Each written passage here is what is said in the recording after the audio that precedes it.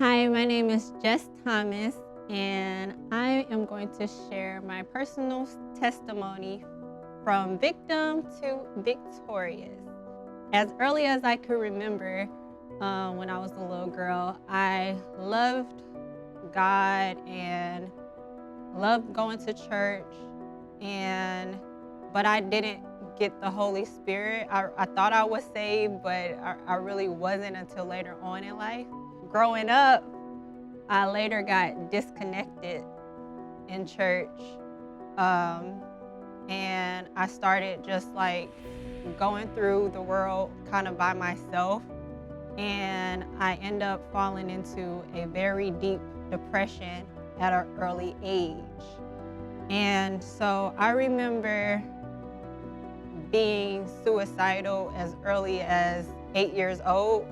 I used to attempt, like figure out ways to get rid of myself. And I think it was due to just low self-esteem.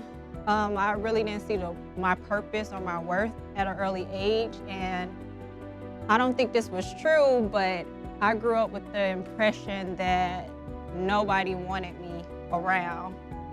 And I don't think it was due to like bad parenting or anything, but I think it was just how I processed things at an early age, and things that had happened to me in my life. Got molested at an early age, and that really started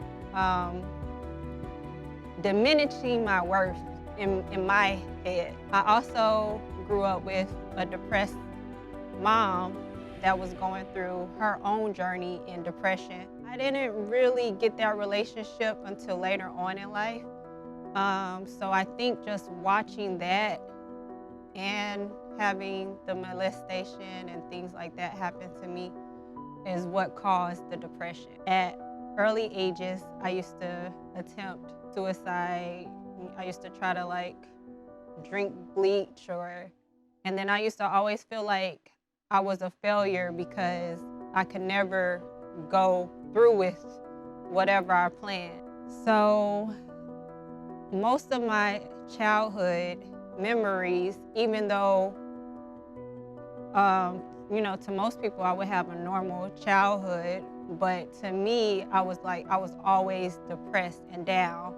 And it was just that spirit of suicide, having low self-esteem, not thinking I was worth anything. And it's like no matter how much I would do, like as far as activities or in school, I could never shake that feeling. My late teens, I started rebelling a lot, just saying forget about it, I'm just gonna not come home. And so I got put out the house when I was 18 years of age. And so I was taken to my grandmother's house, and at the time my grandmother had my great grandmother, and so she didn't really have enough time to invest in me. And so that led to like me acting out more. Like I got into partying and drinking and smoking, and I started hanging out with the wrong friends. And so when I started hanging out with the wrong friends, I got put out of my grandmother's house. And so at that point, I was like 18 years old, and I was homeless on the street for months. And a lot of stuff just happened during that time. I ended up going through like a rape during that time that really affected me. And it's just like with everything that happened, I just really stopped caring about myself. And I think like the worst memory during that time was when I was trying to commit suicide again.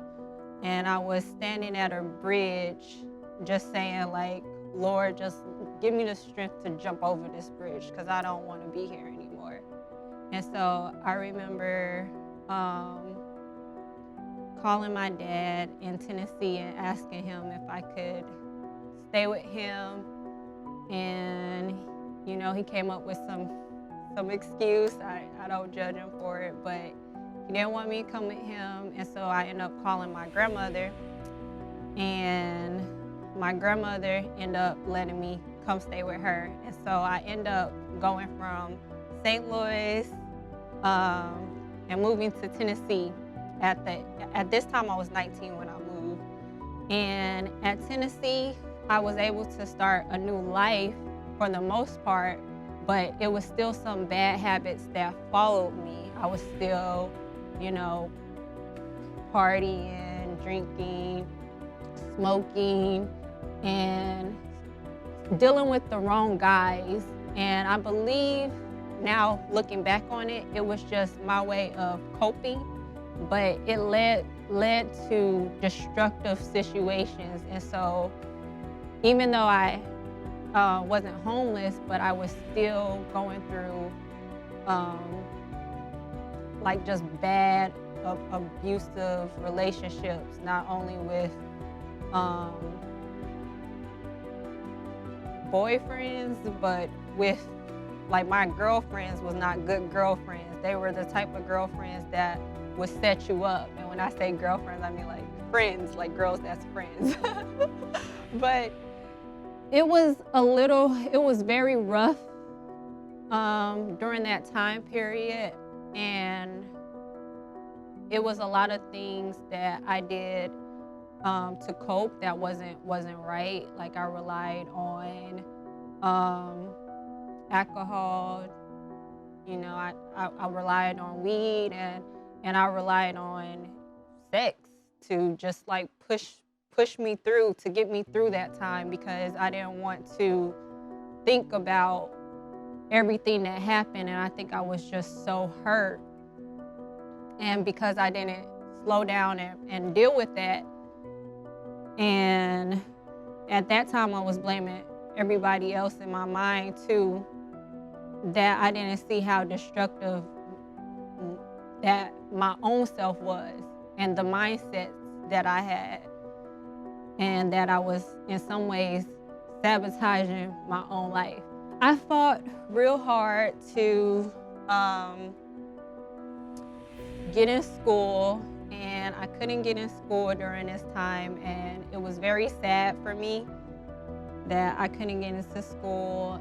And so I really thought that my life was just over. And so I just went back kind of into the world, hanging out, partying, drinking, doing all that stuff. And then I had got into a real bad situation in Tennessee, so that just, my habits didn't change, problems followed me, and then I ended up having to move back to St. Louis. That's when I got pregnant.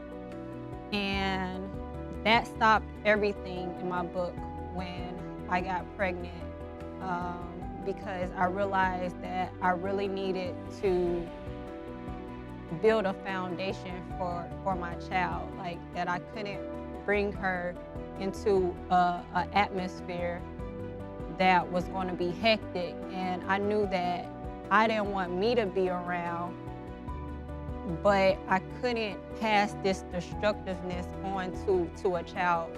So I didn't feel right letting an innocent soul be affected by my craziness and me not being able, and my depression and things of that nature.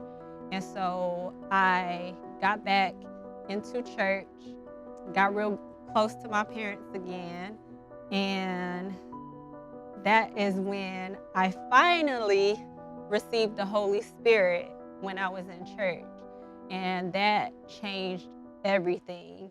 I was able to stop smoking and drinking, even though it didn't happen immediately, but it happened gradually. I was able to do less and less, and I actually did start feeling convicted. Every time I would pick up something, I would feel convicted. And so I just knew, like, okay, this is something that I have to get going in my system, but I wasn't really in a place where I was taught how to walk in the spirit. And so I knew I was saved and I knew I had conviction, but I didn't know how to get out of that environment.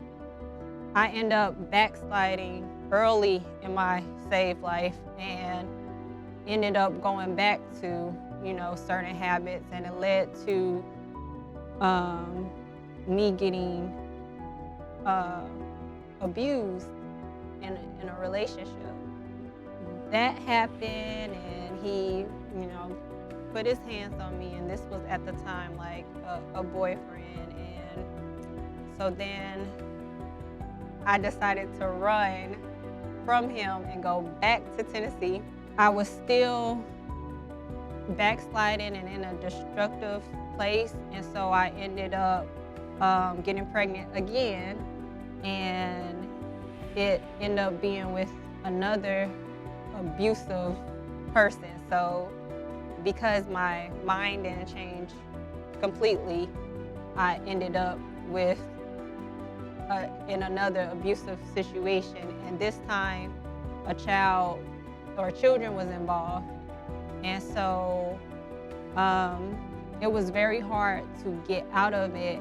And I just remember, since I did have the Holy Spirit in me, I just remember praying like, God, I don't know how to get out of this situation. I don't know what to do, but I just hand it over to you. So since this is not of you, because he already told me that relationship was not of him, I want you to tear it up. And literally a week after that, he put his hands on me and got arrested. And and so with that, we weren't allowed to see each other, and that gave me the strength to pack everything up and leave. And so my mother came and she got me and my 2 little girls, and she said, look, you're gonna be all right, and God has got something better for you. And at the time I didn't believe it, because I know that I just didn't want to be a single mother. And I felt like I was failing my girls because they weren't being raised by a father figure. They didn't have father figures in their life at all. And so that got me down, but I knew that I just wanted to change my life and get back right. And so I decided to go back to school in St. Louis. And in St. Louis, I was able to go to college and get my degree with my 2 little ones. So when I graduated, I had 2 babies. It was hard, but I got through it. I just praise God for that situation. And not only that, so he got me through school, but he also brought my husband in my life unexpectedly, just popped out of nowhere. And it was when I had determined in my heart that I wasn't going to be with anybody, that I was just going to focus on my girls. That's when God put in my spirit that my husband was coming. And so I just trusted him with that. And literally, I think 2 weeks after he told me that, or no, 2 months after he told me that, that's when my husband popped up in my DMs, girls. So check your DMs. But so I said all that to say this, like, God is no joke. He will take whatever you have and he will turn your life upside down. Like, I was not supposed to be saved, and I know for a fact that those situations, those destructive situations, was supposed to kill me. And I know that if I would have stayed in certain situation that I would have died. And so I'm a walking testimony that God can, save you. And then even from yourself, because like I said, I was very suicidal, and God even took that from my heart. And so I just had to learn how to trust him, which was a journey. It wasn't an overnight thing for me. It was a journey. And it's just like every time I did something, I would just pray. I'm like, God, please just help me with this. Help me get out of this situation. And even though on the outside looking in, you would think, she don't have no relationship with God. Look at her life. She got 2 kids, and blah, blah, and all that. But really in my life, I was constantly like crying out to God, seeking God, holding my kids like, Lord, I just don't want to mess their life up, and I don't want to mess my life up. And he heard my cry. He heard my cry, and he helped us. And now none of those situations exist anymore. I am married with the man I'm supposed to be with, and no smoking, no drinking, no partying. I don't even want to do these things anymore. And it's because God just penetrated my soul more and more, and then he just purged me of more and more stuff. And so that's why I am thankful. And so if you like this video, please make sure that you subscribe to the channel. I'm going to do a series where I talk about each topic and kind of go into more details and kind of tell like the backstories about those. So if there was something that I shared that resonated with you, I would just like you to comment what topic below, or if you've been through something similar or something like that, just comment below. And I'm going to do a personal video about those topics that's just talking about that one specific thing. And if you want to look me up on Instagram, my Instagram handle is Jessica Janae. I will put it on the screen somewhere on here, but look me up on Instagram. If you need me to pray for you on anything, we can. But yep, that's where I'm at. And if you like my dress, this is fabfocus.com. This is my boutique, and it's online, and it's www.fabfocus.com. But I said all that to say this. Look, God can turn your story upside down. He can turn you from a victim into a victor.